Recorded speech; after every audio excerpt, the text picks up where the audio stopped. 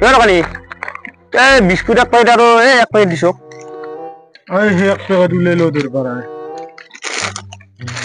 total কি টাকা হল 20 টাকা 40 টাকা পলিথিন লাগবে না পলিথিন আরে হ্যাঁ এই এই এই হেৰি দিছো এই সয়াবিন এক প্যাকেট আৰু এই চিপ দুই প্যাকেট দিয়ে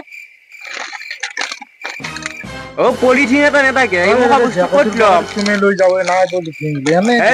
পলিথিন এটা লাগছিল দে হ্যাঁ শুন কি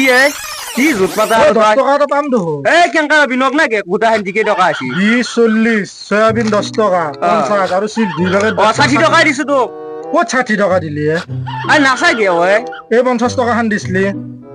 তো কবার কিবি হেলি কি যথাপত লাগে এইগিলাখান মইতো ঘূৰিয়ে দিছো তো কত ঘুরে দিলি তো নক না কে ভালকে 60 টাকা এই ভাল হালকা নক না কে মনে বাসো হেনে দি পয়সা তো আর কি না করে এই দোকানিলে কি কালকে যা কি করলো মিলে পাই নিলি লাভের বুঝে কি এঙ্কেই যায় 50 টাকা দিছিল মই 10 টাকা দিছি 60 টাকা দিছিল ভাল যাই দোকান